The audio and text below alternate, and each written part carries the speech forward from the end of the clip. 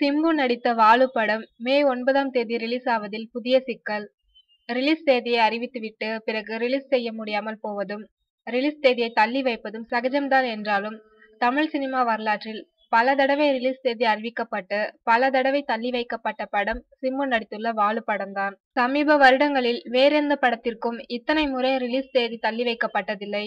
இத்தனைக்கும் வாலு படத்தின் இசை வெளியிடப்பட்டு வருட கணக்காகிறது.